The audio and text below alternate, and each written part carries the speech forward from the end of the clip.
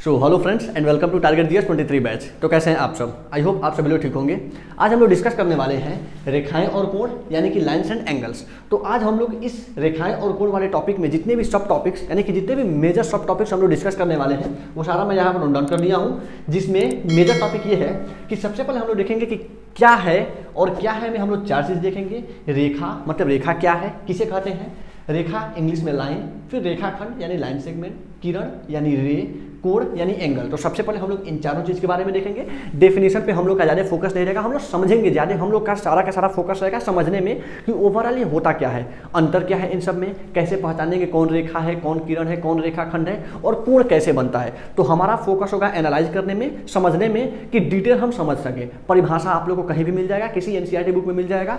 और ये मैं आप लोग से स्टार्ट से बोल रहा हूँ कि यहाँ पे हमारा फोकस डेफिनेशन पे नहीं है। Our focus is not on definition, our focus is on to understand the whole things. Clear है कि हम लोग अच्छी तरीके से किसी भी कॉन्सेप्ट को समझ सकें, हमारा ये फोकस है। हमारा फोकस ये नहीं है कि हम लोग परिभाषा या फिर ये रटते रहें। तो क्लियर है यहाँ तक, यानी कि ये चार डिस्कस करेंगे। उसके बाद हम लोग आ जाएंगे प्रतिच्छेदी रेखा पे। प्रतिच्छेदी रेखा इंग्लिश में क्या बोलते हैं, इंटरसेक्टिंग लाइंस। फिर आएगा तिर्यक छेदी रेखाएं यानी कि ट्रांसवर्सल, समांतर रेखाओं के तिर्यक छेदी रेखा यानी ट्रांसवर्सल ऑफ पैरेलल लाइंस। यानी कि अगर यहाँ पे इन सब में मैं इंपॉर्टेंट बोलूँ, सबसे इंपॉर्टेंट यही चौथा कॉन्सेप्ट है कि समांतर रेखा में तिर्यक छेदी रेखा यानी कि ट्रांसवर्सल ऑफ पैरेलल लाइंस। यहाँ पे 5 कॉन्सेप्ट हम लोग के पास है। अंतःकोण है, इंग्लिश में इसको बोलते हैं इंटरनल एंगल्स, बाह्य कोण एक्सटर्नल एंगल्स, संगत कोण यानी कि करेस्पॉन्डिंग एंगल, एकांतर अंतःकोण अल्टरनेट इंटीरियर एंगल और एकांतर बाह्य कोण अल्टरनेट एक्सटीरियर एंगल। तो ये 5 कॉन्सेप्ट सबसे इंपॉर्टेंट कॉन्सेप्ट है। इसको आप लोग एकदम फोकस से अच्छी तरीके से समझिएगा, डिस्कस अच्छे तरीके से।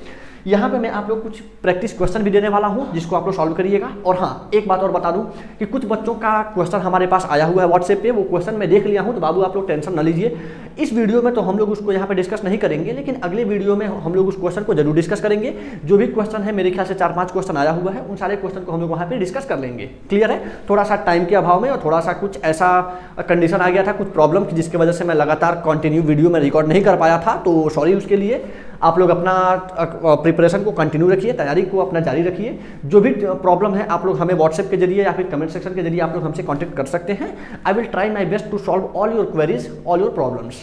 ओके, तो चलिए हम लोग इस लेक्चर को स्टार्ट करते हैं, रेखाएं और कोण। और सबसे पहले समझते हैं कि रेखा क्या है। तो first of all start with lines.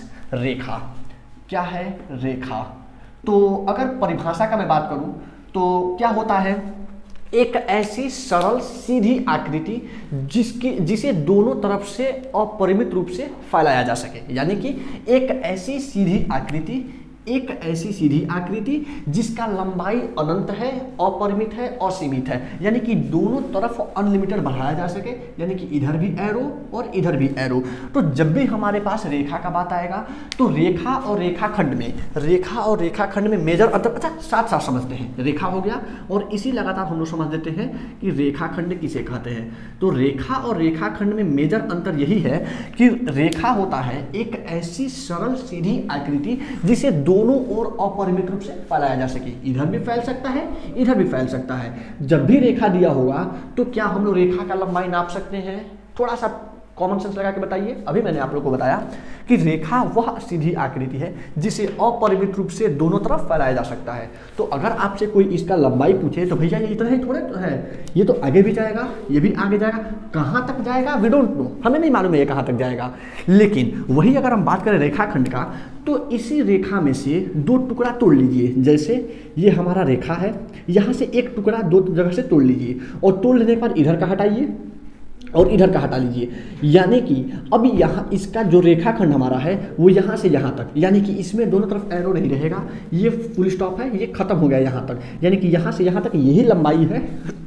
तो अगर रेखा में से हम एक टुकड़ा तोड़ लें बिना एरो के साथ, उसे हम क्या बोलते हैं? रेखाखंड। तो रेखा और रेखाखंड में मेजर अंतर समझ में आ गया। रेखा क्या है? वह सरल आकृति जिसे हम दोनों तरफ असीमित रूप से फैला सके और परिमित रूप से अनलिमिटेड, और सिंपल या फिर अ स्ट्रेट फिगर या a straight diagram which can be extended infinitely in both the directions is known as line, and a part of line which is stopped या which ends in both directions, जिसे हम लोग अपरिमित रूप से फैला ना सकें, तो रेखा का वह भाग जिसे हम दोनों तरफ अपरिमित रूप से फैला ना सकें और जिसके दो अंत बिंदु हों, इधर भी एक अंत बिंदु, इधर भी एक अंत बिंदु, इसे हम क्या बोलते हैं? रेखाखंड। अब एक कॉमन सेंस लगा के बताइए, हम किसे नाप सकते हैं? इसे नाप सकते हैं या इसे नाप सकते हैं? सेंटीमीटर से, स्केल से, इंची से, जिससे भी आपको नापना हो। इसे तो नापना असंभव है, रेखा का एक फिक्स लंबाई होता ही नहीं है, अनंत है, असीमित है। तो it is not possible to find its length या find the length of line, but it is merely possible, it is obviously possible to find the length of a line segment. ये संभव है कि हम एक रेखाखंड का लाइन या एक रेखाखंड को नाप सके। क्लियर है यहाँ तक? तो आई होप रेखा और रेखाखंड में आप लोग को अंतर समझ में आ गया होगा। अब चलते हैं किरण को, इसको भी समझ लेते हैं। तो किरण, अच्छा ये ध्यान देना है आपको, चाहे वो रेखाखंड हो चाहे वो किरण हो, ये दोनों कहाँ से निकल रहा है? रेखा में से ही तो निकल रहा है। एक टुकड़ा तोड़ लिए तो किरण है, सॉरी रेखाखंड है। अब किरण का कॉन्सेप्ट क्या बोलता है? रेखा का वह भाग या रेखा का वह टुकड़ा जिसका एक अंत बिंदु हो लेकिन एक तरफ अपरिमित रूप से फैलाया जा सके। रेखा का वह बिंदु, रेखा का वह भाग जिसका एक अंत बिंदु हो और उसे दूसरी ओर से फैलाया जा सके। ये मैं दोनों तरफ इसलिए बना दिया हूँ कि आप लोग को ये कन्फ्यूजन ना हो कि जो कोई ज़रूरी नहीं है कि इधर ही अंत बिंदु हो, अंत बिंदु इधर भी हो सकता है। मेन मुद्दा हम लोग का क्या है कि किरण वह रेखा का वह हिस्सा है जिसका एक तरफ तो अंत बिंदु है, यानी कि एक तरफ ये रुका हुआ है लेकिन दूसरे तरफ ये अपरिमित रूप से फैल सकता है। जैसे अगर आपको एग्जाम्पल के लिए हम बोले तो एक टॉर्च लीजिए, क्लियर, और एक टॉर्च लेके हाथ से उसको जलाइए। टॉर्च को जब हम लोग जलाएंगे तो अगर मैं इसको टॉर्च ले लूँ तो लाइट कहाँ से निकलता है? यहाँ से निकलता है और कहाँ तक जाता है? जहाँ तक आगे जा सकता है, अनलिमिटेड जाएगा। ये दीवार है, दीवार पे जलाएंगे तो 5 मीटर, अगले दीवार पर जलाइए 10 मीटर हो जाएगा और दूर तक जलाइए तो ये अनलिमिटेड काफ़ी दूर तक जाता है। लेकिन वही अगर हम पीछे देखें तो क्या लाइट इधर जाता है? नहीं जाता है। इसका मतलब कि जिस तरीके से एक टॉर्च में एक जगह से लाइट निकल के दूसरी तरफ अनलिमिटेड जाता है, यानी एक तरफ अंत है और दूसरी तरफ अनंत है, उसे हम लोग बोलते हैं किरण। यानी कि एक तरफ तो हमारा बिंदु अंत बिंदु है लेकिन दूसरी तरफ हमारा अनंत तक जाएगा, एरो है, उसे हम क्या बोलेंगे? किरण। पहचानने का तरीका मैथ में अगर डायग्राम दिया हुआ है, अगर आपको पहचानना हो कि कौन सा रेखा है, कौन सा रेखाखंड है या कौन सा किरण है, इंग्लिश में कौन सा लाइन है, कौन सा लाइन सेगमेंट है या कौन सा रे है, उसके लिए हमारे पास कॉन्सेप्ट सिर्फ इतना बस समझना है। अगर उस लाइन के दोनों तरफ एरो हो, दोनों तरफ तीर हो, हम बोलेंगे रेखा है। अगर किसी तरफ तीर ना हो, दोनों तरफ अगर अंत बिंदु हो या अंत बिंदु ना दे, सिर्फ इतना दे दे, एक लाइन दे दे, यहाँ लिख दे ए, यहाँ लिख दे बी, क्या दोनों तरफ तीर है? नहीं है। इसका मतलब ये क्या है? रेखाखंड है। ये कोई जरूरी नहीं है कि बिंदु आपको दिखाएगा या दो डंडी दिखाएगा, कोई जरूरी नहीं है, लेकिन इतना जरूरी है कि दोनों तरफ एरो नहीं होना चाहिए। क्लियर है? तो अगर दोनों तरफ एरो है तो क्या हो जाएगा? रेखा, लाइन। अगर कहीं एरो नहीं है दोनों तरफ में से तो क्या हो जाएगा? रेखाखंड, इंग्लिश में लाइन सेगमेंट। और अगर एक तरफ एरो है और दूसरी तरफ अंत बिंदु है, या एक तरफ अंत बिंदु है दूसरी तरफ एरो है, उसे हम क्या बोलेंगे? किरण। यहां तक बात एकदम स्पष्ट है, क्लियर। अब हम लोग का लास्ट इसमें का बचा हुआ है कोण, तो उसको भी समझ लेते हैं क्या होता है कोण। चलिए, तो कोण होता बेसिकली होता क्या है? कोई बहुत बड़ा कॉन्सेप्ट नहीं है। दो किरण लीजिए और मान लेते हैं, मैं इसको हटा दूंगा, समझ में तो आ गया है, इसको हटा देते हैं। समझने के लिए मान के चलिए ये इसका सिर है, ये इसका पूंछ है, मैं समझाने के लिए बोल रहा हूं। क्या करिए, दो किरण लीजिए और दो किरण का पूंछ एक में जोड़ दीजिए, हम लोग का कोण तैयार। क्लियर है? तो दो किरण लेंगे, ये सिर है जिधर भाग रहा है, ये पूंछ है जिधर रुका हुआ है। दो किरण लेके दोनों का पूंछ हम आपस में जोड़ देंगे, क्या हो जाएगा? एक किरण ये रहा, एक किरण ये रहा, दोनों का पूंछ यहाँ जोड़ देंगे, इधर तीर इधर तीर, दिस इज आवर एंगल, ये हमारा हुआ कोण। क्लियर है? बिना किसी टेंशन का। आई होप कोण में आप लोग कोई परेशानी नहीं होगा। तो कोण किससे मिलकर बनता है? अगर आपसे कोई पूछे तो कोण किससे बनेगा? किरण से बनेगा। कितने किरण से बनेगा? कम से कम 2 किरण। ऐसा नहीं बोलेंगे कि 2 ही होना चाहिए, 3 भी हो सकता है ना। मान लीजिए कि ऐसा हो जाए, कहीं इधर भी जुड़ जाए, एक ये कोण है, एक ये कोण है, एक बड़ा वाला कोण है, तो ये कोई जरूरी नहीं है कि 2 ही होगा। किरण कम से कम 2 होना चाहिए, एक किरण से कोण नहीं बनेगा। क्लियर है? तो यहाँ तक से एक बेसिक बात आप याद रखिएगा, कोण बनाने के लिए क्या चाहिए? तो किरण चाहिए। कितने किरण चाहिए? कम से कम 2 किरण। क्लियर है? For the formation of angle we need at least 2 ray. Clear है? चलिए, तो यहां तक हम लोग का क्या का आंसर मिल चुका कि क्या में हम लोग का 4 कॉन्सेप्ट था। अब हम लोग समझते हैं कि प्रतिच्छेदी रेखा क्या होता है, इंटरसेक्टिंग लाइंस। क्लियर? तो चलिए, इसको नोट तो करना नहीं है कुछ, मैं इसको हटा देता हूं यहां से। जो हम लोग का कॉन्सेप्ट है वो है प्रतिच्छेदी रेखा। प्रतिच्छेदी रेखा, इंग्लिश में इसको बोलते हैं इंटरसेक्टिंग लाइन। इंटरसेक्टिंग लाइंस क्या होता है, देखिए ध्यान से। तो जब भी हमारा बात आएगा प्रतिच्छेदी रेखा, तो प्रतिच्छेदी रेखा नहीं होता है, ये रेखाएं होती हैं। तो जाहिर सी बात है, नाम से समझ में आ रहा है कि प्रतिच्छेदी रेखाएं यानी एक रेखा तो नहीं होगा, एक से अधिक रेखा होगा। 2 हो सकता है, 3 हो सकता है, 4 हो सकता है, 10 हो सकता है, यानी कि एक तो नहीं होगा। नाम से इतना हम लोग को समझ में आ चुका है। अब कितना होगा, इसके लिए हम लोग सबसे पहले समझते हैं कि ये होता क्या प्रतिच्छेदी रेखा। प्रतिच्छेदी, छेदी का मतलब छेद करने वाला, छेद करने वाला का मतलब एक दूसरे को काटने वाला। बात समझ में आ गया। यानी कि हमारे पास 2 रेखा होगा, एक रेखा ये रहा, रेखा है तो दोनों तरफ तीर होगा। अब इतना तो मुझे समझाने का जरूरत नहीं है, याद रखना है, रेखा में दोनों तरफ तीर, रेखाखंड में कहीं नहीं तीर और किरण में एक तरफ तीर। तो यहाँ पे क्या किस चीज़ का बात हो रहा है, रेखा का, तो दोनों तरफ तीर होगा। और प्रतिच्छेदी रेखाएं, 2 रेखा होना चाहिए और दोनों रेखाएं एक दूसरे को छेदित करना चाहिए, यानी कि काटना चाहिए। काट दिया, ये दोनों क्या कहलाएंगे, प्रतिच्छेदी रेखाएं कहलाएंगे। बात समझ में आ गया। कोई बहुत खतरनाक कॉन्सेप्ट नहीं है, बस इतना याद रखना है।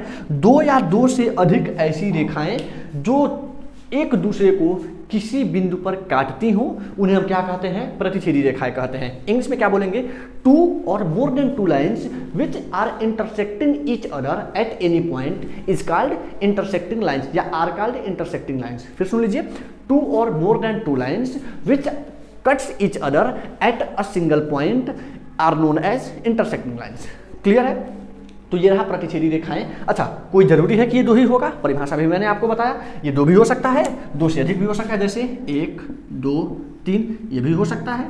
सब के सब रेखा हैं, अगर सब के सब रेखा हैं और एक बिंदु पे यहाँ काट रही हैं तो ये क्या हो जाएंगी, ये भी प्रतिच्छेदी रेखाएं, ये भी प्रतिच्छेदी रेखाएं, ये जहाँ काट रहा है।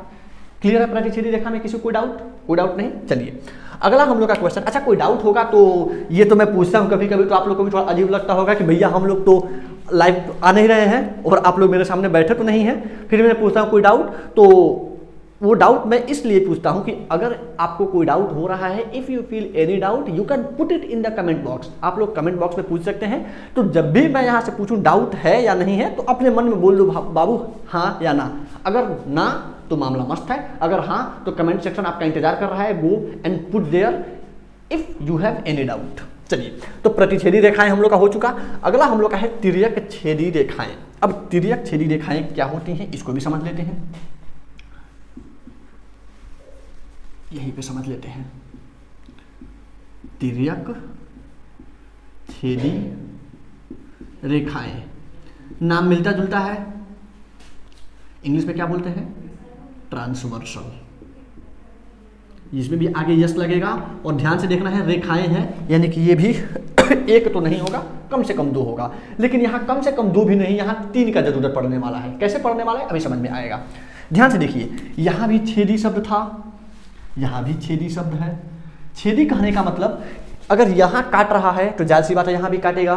क्लियर हो रहा है यहाँ तक। अब कैसे काटेगा, तो तिर्यक छेदी रेखाएं यानी कि ट्रांसवर्सल में क्या होता है, 2 या 2 से अधिक रेखाओं को कोई एक तीसरी रेखा काट रही हो। क्लियर, 2 या 2 से अधिक रेखाओं को कोई एक अलग से रेखा काट रही हो, तो जो अलग से रेखा काटती है उसी को हम क्या बोलते हैं, तिर्यक रेखा। क्लियर है। अब कैसे होगा, चलिए कोई 2 रेखा ले लेते हैं, एक ये रहा, एक ये रहा। अब आप हमसे पूछेंगे कि सर क्या जरूरी है कि दोनों सीधा हुई हो, कोई जरूरी नहीं है, एक ऐसे ले लेते हैं और एक ऐसे ले लेते हैं। आपका ये भी डाउट क्लियर। चलिए यहाँ पे मैं ट्राई करता हूँ, मैं अपनी तरफ से पूरा ये कोशिश करता हूँ कि आपको कोई डाउट होना नहीं चाहिए। अगर आपको फिर भी कोई डाउट है तो आपका स्वागत है बाबू। चलिए अब यहाँ पे क्या होगा, 2 रेखा हमारे पास है। अच्छा, अगर आपके मन में डाउट है कि सर क्या 2 ही रेखा होगा, तो ऐसा कोई जरूरी नहीं है, वो भी मैं अभी उसको मैं डील करने वाला हूँ। लेकिन तत्काल अभी इतना समझिए कि अगर आपके सामने 2 लाइन दिया हो, ये दोनों लाइन समांतर हो, पैरेलल हो, या दोनों लाइन असमांतर हो, इन मतलब अनपैरेलल हो, उस केस में हमें तिर्यक छेदी रेखाएं यानी ट्रांसवर्सल का मतलब क्या है कि एक ऐसी रेखा ले लीजिए जो इन दोनों को काटते हुए निकल जाए। इधर से ले लीजिए, खड़ा ले लीजिए, इधर से कैसे भी एक रेखा से इन दोनों को काट दीजिए। ध्यान देना है, ये भी रेखा ही होना चाहिए, रेखाखंड नहीं होना चाहिए, इसमें भी दोनों तरफ एरो होना चाहिए। तो इस लाइन को अब देखिए ध्यान से, परिभाषा क्या था, दो या दो से अधिक रेखाओं को अगर कोई तीसरी रेखा काटती है, इसी रेखा को हम क्या बोलते हैं, तिर्यक रेखा। इसको बोलेंगे, ध्यान, इन दोनों को नहीं बोलेंगे, इसको बोलेंगे। ध्यान से देखिए, मैं एरो कुछ सही से बना दे रहा हूँ ब्लैक पेन का यूज करते हुए। ये जो रेखा हम लोग का है तिरछा वाला, इसको हम क्या बोलेंगे, तिर्यक छेदी रेखा। क्लियर है? वो कॉन्सेप्ट हम यहाँ भी लगा सकते हैं। यहाँ भी हम लोग का मान लीजिए कि एक रेखा यहाँ से ऐसे काट रहा हो, और अगर ऐसा कोई रेखा काट रहा हो तो इसको हम क्या बोलेंगे, तिर्यक छेदी रेखा। क्लियर है? अब मान लीजिए कि हमारे पास दो के बजाय चार रेखा आ जाए, तो क्या करेंगे, चार रेखा, 1 2 3 4। अब आपकी जानकारी के लिए, आपको थोड़ा भी इसमें डाउट ना हो, इसके लिए मैं थोड़ा सा तिरछा ले लिया हूं, ताकि फिर आप ये ना पूछे कि सर 4 है तो क्या कोई जरूरी है कि चारों समांतर होंगे। कोई जरूरी नहीं है बाबू, बस जरूरी इतना है कि चाहे वो रेखा 2 हो, चाहे रेखा 3 हो, चाहे रेखा 4 हो, एक ऐसा रेखा वहां मौजूद होना चाहिए जो उन सबको काट रहा हो। उसी रेखा को जो उन सबको काट रहा हो, उसी रेखा को हम क्या बोल देंगे, तिर्यक छेदी रेखा। तो यहाँ पे अगर मैं तिर्यक छेदी रेखा बनाना चाहूँ तो क्या मैं इसको बोल सकता हूँ, तिर्यक छेदी रेखा बोल सकता हूं। क्लियर है? तो ये क्या हो जाएगा हम लोग का, तिर्यक छेदी रेखा। क्लियर? चलिए, तो यहां तक हम लोग क्या क्या क्या देख चुके हैं कि प्रतिछेदी रेखा और तिर्यक छेदी रेखा। अब हम लोग का लास्ट कॉन्सेप्ट बचा हुआ है चौथा, और मैं आप लोगों से इस लेक्चर के स्टार्ट में ही बोला था कि इस लेक्चर का सबसे इंपॉर्टेंट कॉन्सेप्ट यही है, ट्रांसवर्सल ऑफ पैरेलल लाइंस, यानी कि समांतर रेखाओं का तिर्यक छेदी रेखा। क्लियर है? तो चलिए हम लोग उसको डिस्कस करते हैं। Before that pause the video and note it down if you feel. तो अगर आपको लगता है कि कुछ इस पे नोट करने वाला है, नोट कर सकते हैं। नोट क्या करेंगे, बस प्रतिछेदी रेखा नोट करके डायग्राम बना लीजिए, तिर्यक छेदी रेखा करके, और ये तीनों डायग्राम बना लीजिए, काम चल जाएगा। अगर आपको परिभाषा से मतलब है तो परिभाषा बोल सकते हैं। प्रतिछेदी रेखाएं क्या होती हैं, दो या दो से अधिक ऐसी रेखाएं जो एक दूसरे को किसी एक बिंदु पर काटती हों, उन्हें हम प्रतिछेदी रेखाएं कहते हैं। इंग्लिश में 2 और more than 2 lines which cuts each other at any point are called intersecting lines। तिर्यक छेदी रेखा का परिभाषा क्या होगा, वह रेखा जो दो या दो से अधिक रेखाओं को काटती हो उसे हम तिर्यक छेदी रेखा कहते हैं। क्लियर है? या फिर ऐसे ही बोल सकते हैं, दो या दो से अधिक रेखाओं को काटने वाली एक तीसरी रेखा को हम क्या बोलते हैं, तिर्यक छेदी रेखा बोलते हैं। क्लियर है? तो चलिए इसको पॉज करके नोट करिए, चलते हैं हम लोग अपने लास्ट कॉन्सेप्ट में। चलिए, अगला जो हम लोग का कॉन्सेप्ट है, कॉन्सेप्ट नंबर 4, वो क्या है, समांतर रेखाओं के तिर्यक छेदी रेखा। समांतर रेखाओं के तिर्यक छेदी रेखा। क्लियर? अच्छा, इंग्लिश में इसको लिखना तो क्या लिख सकते हैं, transversal of parallel lines. Clear? यानी कि यहाँ पे हम लोग को कुछ खास करना नहीं है, करना यही है कि जिस तरीके से अभी हम लोग देखे थे कि तिर्यक छेदी रेखा, तो ये तो हम लोग समझ चुके हैं ऑलरेडी कि तिर्यक छेदी रेखा क्या होता है। यानी कि जब दो या दो से अधिक लाइन को या दो से अधिक रेखाओं को अगर कोई तीसरी रेखा काटती है तो उसे हम क्या बोलते थे, तिर्यक छेदी रेखा। लेकिन यहाँ पे हम लोग को एक स्पेशल केस पढ़ना है, एक मेन हम लोग को एक मेजर केस पढ़ना है, इसलिए कि अभी तक तो हम ये देखें कि अगर किसी भी दो रेखा को कोई तीसरी रेखा काटेगा तो सब क्या बोल देंगे, तिर्यक छेदी रेखा बोल देंगे। लेकिन अगर वो दोनों रेखाएं जिनको ये रेखा काट रही है, वो दोनों रेखाएं अगर समांतर रेखाएं बन जाए तो तिर्यक छेदी रेखा तो रहेंगे ही रहेंगे, साथ में कुछ कांड हो जाएगा। अब वो कांड क्या होगा, उन्हीं कांड के बारे में हम लोग को यहाँ देखना है। तो करते हैं कांड हम लोग अपना। तो समांतर रेखाओं के तिर्यक छेदी रेखा बनाते हैं पहले समांतर रेखा। तो ये रहा हम लोग का समांतर रेखा 1 और 2। बाबू थोड़ा सा इसको ध्यान से समझिएगा। ये रहा हम लोग का 2 समांतर रेखा। अगर इस समांतर रेखा को कोई तीसरी रेखा काट दे तो इस रेखा का नाम क्या होगा, सबसे पहले ये बताइए, इस रेखा का नाम क्या होगा, तिर्यक छेदी रेखा। या सिर्फ तिर्यक रेखा लिख दूं, कोई दिक्कत नहीं, बट इसका पूरा नाम क्या हो जाएगा, तिर्यक छेदी रेखा। इंग्लिश में इसको क्या बोलेंगे, ट्रांसवर्सल। इंग्लिश नाम भी लिख देता हूं, ट्रांसवर्सल। क्लियर? चलिए, अब हम लोग को इसमें देखना ही है कि सबसे पहले बात कि अगर ये दो रेखाएं हैं, भार में जाए, समांतर है कि क्या है, तत्काल अभी इतना समझिए। क्या ये दोनों रेखाएं हैं? क्लियर है? अभी इसके पहले थोड़ी देर पहले हम लोग क्या देखे हैं कि अगर दो रेखाओं को कोई एक तीसरी रेखा काटेगी और वो रेखा दोनों को अगर काट रही है हम लोग उसको क्या बोलते हैं, तिर्यक रेखा। तो यहाँ तक बात एकदम स्पष्ट है कि अगर ये दोनों रेखा है और ये रेखा अगर इसको काट रही है तो हम लोग का क्या होगा, तिर्यक रेखा। अब हम लोग का स्पेशल केस तब बनने वाला है जब ये दोनों रेखाएं समांतर हो। क्या ये दोनों रेखाएं समांतर दिख रही हैं? बिल्कुल समांतर दिख रही हैं, और समांतर दिख रही हैं, ये तो थोड़ा सा अंतर हो सकता है, लेकिन मैं आप लोग से बता रहा हूं ये दोनों रेखाएं क्या हैं, समांतर रेखाएं ही हैं। ये बात क्लियर है। तो अगर हमारे पास दो रेखाएं समांतर हो और उसको अगर तिर्यक रेखा काटती हो, तो अभी मैंने आपको बताया कि एक कांड हो जाता है, और वो कौन सा कांड होता है उसी को हम लोग यहाँ पे समझना है। जब भी हमारे पास समांतर रेखाओं को अगर कोई तिर्यक छेदी रेखा काटेगा, इधर ध्यान दीजिए, ये 5 चीज बनेगा। 5 चीज में सबसे पहला क्या होगा, अंतःकोण इंटीरियर एंगल, बाह्य कोण एक्सटीरियर एंगल, एकांतर अंतःकोण अल्टरनेट इंटीरियर एंगल, एकांतर बाह्य कोण अल्टरनेट एक्सटीरियर एंगल, और संगत कोण यानी कि करस्पॉन्डिंग एंगल। अब वो कैसे बनेगा, कहाँ कहाँ बनेगा, उसी को हम लोग को यहाँ पे समझना है। तो इन 5 का नाम मैं पहले यहाँ पे नोट कर लेता हूँ। एक क्या बनेगा, अंतःकोण। अगला क्या बनेगा, बाह्य कोण। उसके बाद संगत कोण।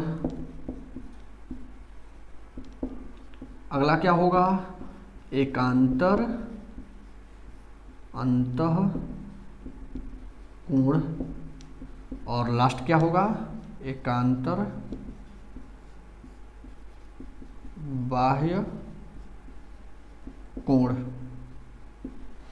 अच्छा, एक और होता है, उसको मैं यहाँ नोट नहीं किया हूँ, उसको मैं भी यहाँ अभी याद आया है, उसको मैं यहाँ नोट कर लेता हूँ। तिर्यक छेदी रेखा के एक ही ओर के 2 अंतःकोण, उसका भी कुछ केस होता है, मैं यहाँ नोट कर ले रहा हूँ पहले। तिर्यक, इसको आप लोग अगर ये टेबल आप लोग अपने कॉपी में बना रहे होंगे तो आप लोग बना लीजिएगा, और इसको बनाना चाहिए जब भी कोई लेक्चर स्टार्ट हो। तो आपको कोई भी लेक्चर स्टार्ट करने से पहले या कोई भी चैप्टर, किसी भी चैप्टर का या किसी भी क्लास का कोई भी किताब आप पढ़ें, तो सबसे पहले कंटेंट को आप लोग एक बार ध्यान दे लेना चाहिए कि इस पर्टिकुलर लेक्चर में या इस पर्टिकुलर टॉपिक में, इस पर्टिकुलर लेसन में what we are going to study further, यानी कि आगे हम लोग इस टॉपिक में क्या क्या पढ़ने वाले हैं, उसका एक कंटेंट रहता है, एक हमारे पास इंडेक्स रहता है, तो आगे एक आइडिया लगता है कि हम लोग क्या क्या पढ़ने वाले हैं। तो इसमें क्या होगा, तिर्यक रेखा के एक ही ओर के अंतः कोण, यही है बेसिक, कोई खास रॉकेट साइंस नहीं है, उसको मैं यहाँ पर नोट कर लेता हूँ। तिर्यक रेखा के एक ही ओर के अंतःकोण। आई होप ये दिख रहा होगा आप लोग को, मैं एक बार क्लियर कर लेता हूँ ये फ्रेम में आ रहा है या नहीं आ रहा है। चलिए, अभी तो बहुत जगह है, पूरा नीचे तक जाएगा। चलिए, तो तिर्यक रेखा के एक ही ओर के अंतःकोण, हम लोग के पास 5 कॉन्सेप्ट है। ये कॉन्सेप्ट 1 2 3 4, अब इसी को हम लोग समझते हैं। 6 कॉन्सेप्ट हम लोग का है, ये क्या है और यहाँ किस किस कोण को हम किस किस नाम से जानेंगे, उसी को हम लोग यहाँ पे समझना है। चलिए, तो स्टार्ट करते हैं हम लोग अंतःकोण से। अंतःकोण का मतलब, अब पहले मैं यहाँ पे बता देता हूँ आप लोग को कोण बनेगा कहाँ कहाँ। यहाँ पे आपको 8 कोण दिख रहा होगा, अगर आपको नहीं दिख रहा है ध्यान से देखिए। 1 कोण 1, इसको कर लेते हैं 2, इसको कर लेते हैं 3, इसको कर लेते हैं 4 कोण ऊपर हो गया, सेम वैसे 4 नीचे। 5 6 7 8 कोण दिख गया, यानी कि 8 कोण यहाँ पे बनेगा। जब भी किसी 2 रेखाओं को एक तिर्यक रेखा काटेगा, भले वो समांतर हो या न हो, समांतर हो या असमांतर हो, 8 कोण तो कैसे भी बनेगा। लेकिन अगर वो समांतर हो, उस केस में क्या होगा वो हम लोग को यहाँ पे खासकर देखना है। तो अंतःकोण का मतलब कि जो कोण अंदर की तरफ है, अंदर की तरफ का मतलब ध्यान से समझिएगा, हम लोग के पास 2 लाइन है, 2 रेखा है, इन दोनों रेखा को एक तिर्यक रेखा काट रहा है। तो अंदर की तरफ कौन कौन सा कोण बन रहा है, एक 4, एक 3, एक 6 और एक 5।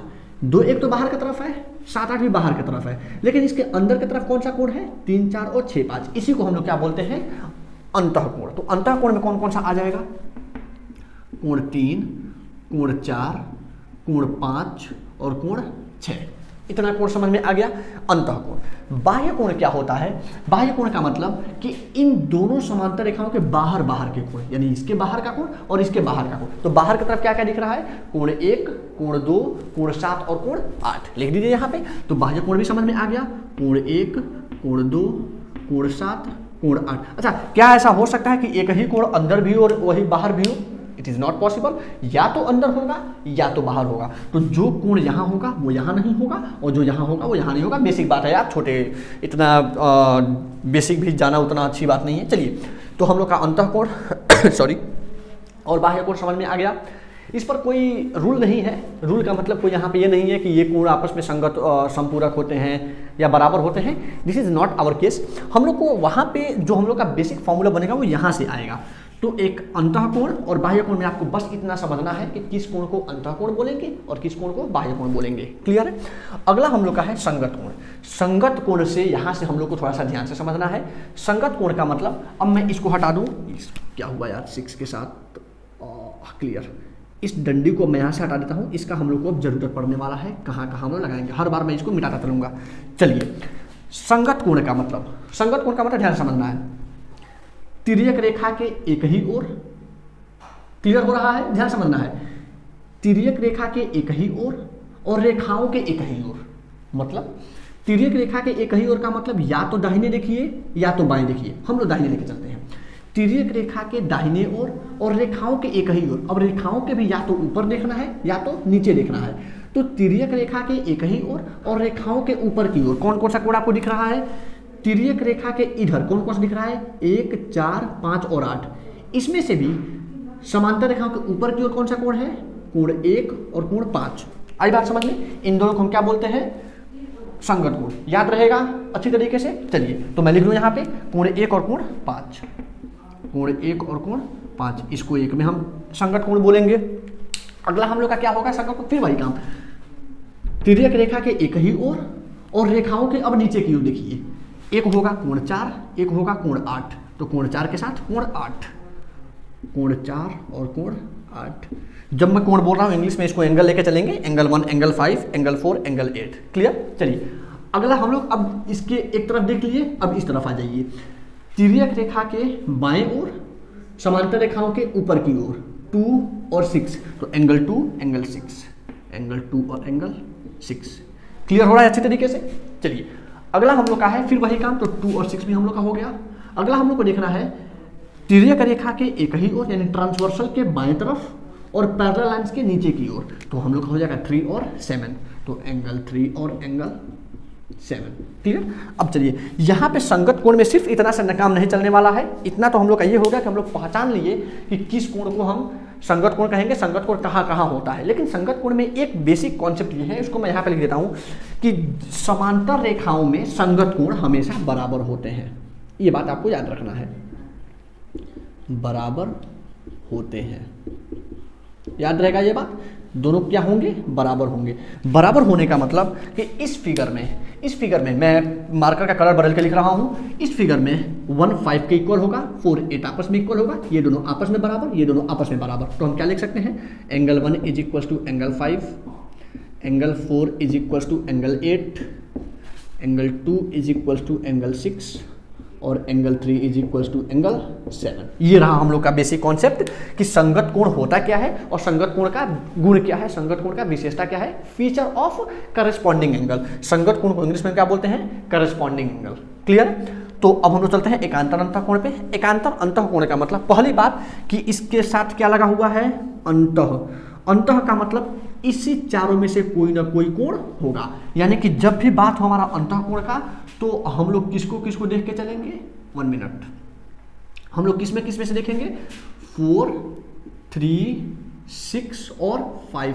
इन्हीं 4 पे हम लोग को अपना पूरा खेल करना है एकांतर अंतःकोण के लिए। अब एकांतर अंतःकोण में हम लोग को किसके साथ देखना है? अंदर वाले कोण में।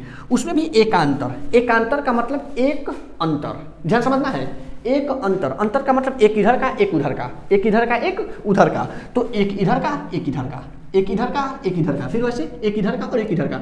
एकांतर कोण का मतलब जब, ध्यान समझना है, एकांतर अंतःकोण। पहले बात हम देखेंगे अंतः। अंतः का मतलब अंदर की तरफ हो। एकांतर यानी कि एक डंडी के इधर हो, एक डंडी के उधर हो। तो हम 5 के साथ लेंगे 3 को और 4 के साथ लेंगे 6 को। तो अब यहाँ पे आप में से कोई ये भी पूछ सकता है कि सर जब बाएं दाएं का ही लेना है तो क्यों ना हम 5 और 6 को ले लें। तो भैया अगर हम 5 6 को ले लें तो ये क्या मुंह देखने के लिए यहाँ बैठा हुआ है, उस रेखा का भी तो कोई काम है।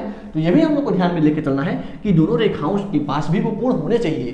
तो बेसिक कॉन्सेप्ट हम लोग को क्या लगाना है कि दोनों कोण अंदर की तरफ हो और एक बाएं मतलब एक तरफ हो तो दूसरा दूसरी तरफ हो। तो हम लोग किसके साथ ले सकते हैं, 4 हो जाएगा 6 के साथ एकांतर अंतःकोण में, कोण 4 और कोण 6, और अगला हो जाएगा 3 के साथ 5, कोण 3 और कोण 5। ये रहा हम लोग का क्या, एकांतर अंतःकोण। क्लियर है। जिस तरीके से संगत कोण बराबर होते थे सेम उसी तरीके से एकांतर अंतःकोण भी आपस में क्या होंगे, बराबर। ये भी आपस में क्या होंगे, बराबर, यानी कि ये दोनों क्या होते हैं, बराबर होते हैं। अब इसके बाद तो आप लोग को ये बताना नहीं पड़ेगा कि बराबर होते हैं, तो इसका मतलब क्या होगा, 4 और 6 आपस में बराबर हो जाएगा, 3 और 5 आपस में बराबर हो जाएगा। तो इसको मैं यहाँ नोट कर लेता हूँ, angle 4 is equal to angle 6 और angle 3 is equal to angle 5। Clear. अगला बात है एकांतर बाह्य कोण। अब से वही फंडा लगाइए, बाह्य कोण है तो बाह्य कोण का मतलब, पहले मैं इसको यहाँ से हटा देता हूँ, इस गोलों का कोई काम हम लोग के पास नहीं है।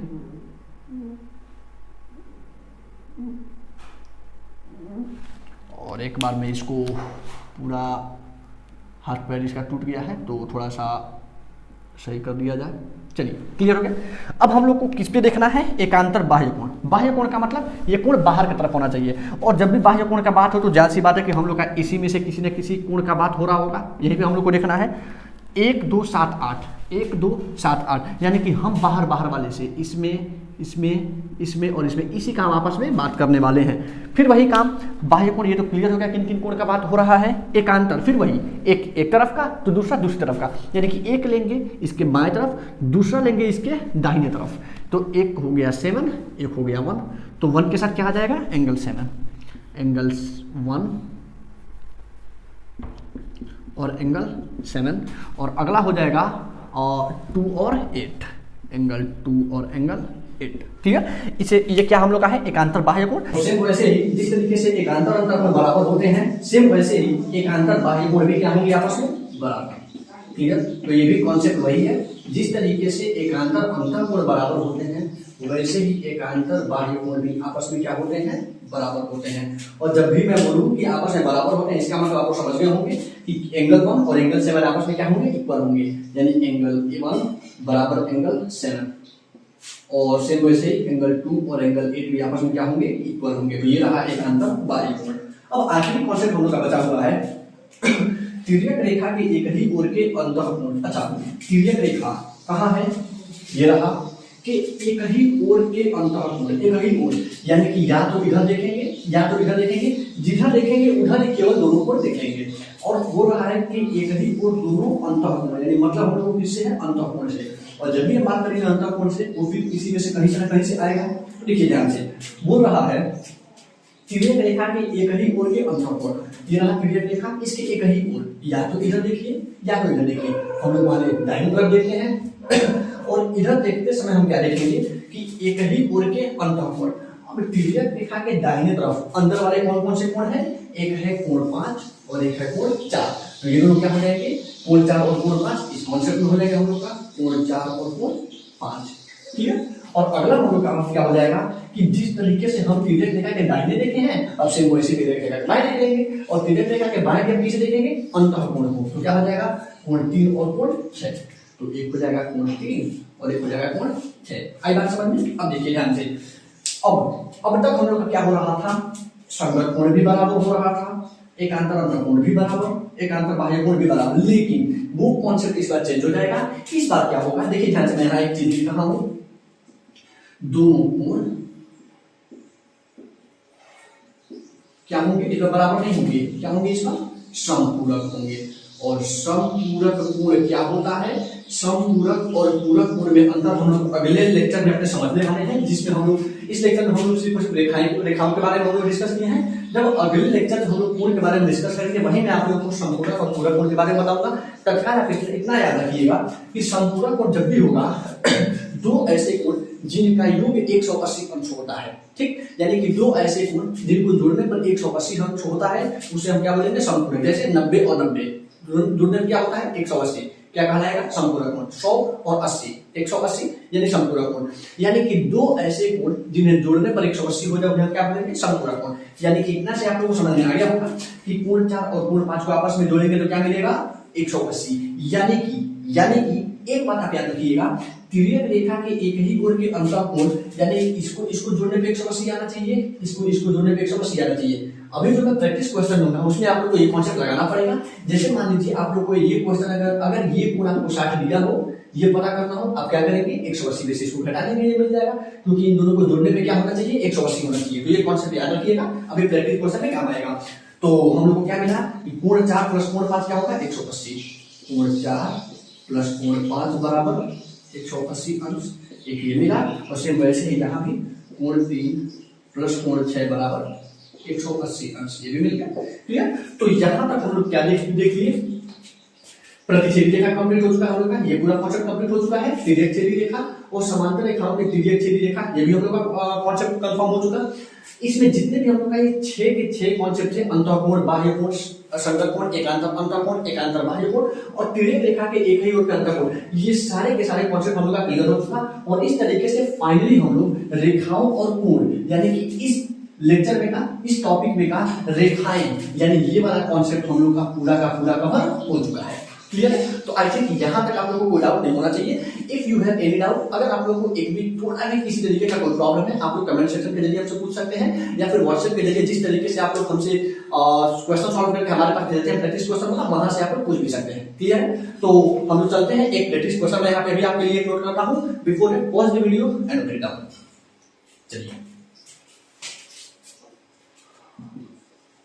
यहां से मैं एक आपके लिए प्रैक्टिस क्वेश्चन लेता हूं।